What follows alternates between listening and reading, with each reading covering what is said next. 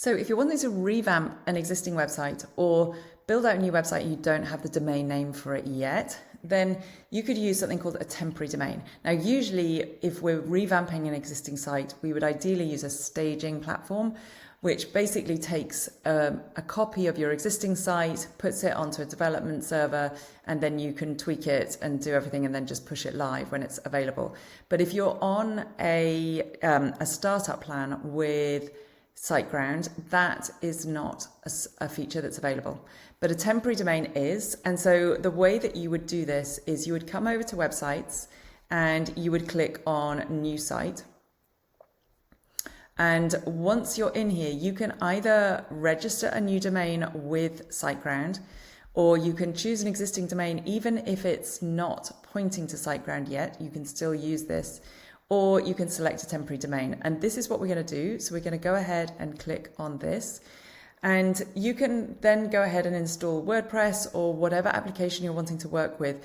But if you're working with a web designer like me and you're wanting to literally just create the space for them then to go in and do all the installations and excuse me, set up the SSL certificate, then you can just click on skip and create blank site and click on to finish. And it takes a few moments for it to set up the site. It'll tell you, it takes a couple of minutes. So I'm just going to pause and then I will come back to it once it's gone through that installation process.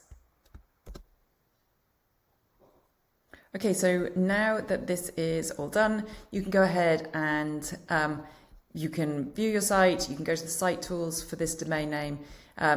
But if you are asking someone like me to go ahead and set the rest of it up for you, you can make them a collaborator. So you can come into here, manage users, and you can create a new user on your account here, select collaborator access, and add in which domain name you're wanting them to access. So this is the new temporary domain that has just been installed, and you would add in their name and their email address and click on add. And that will then send them an invitation to go ahead and set everything up on that temporary domain name for you. And that's all there is to it.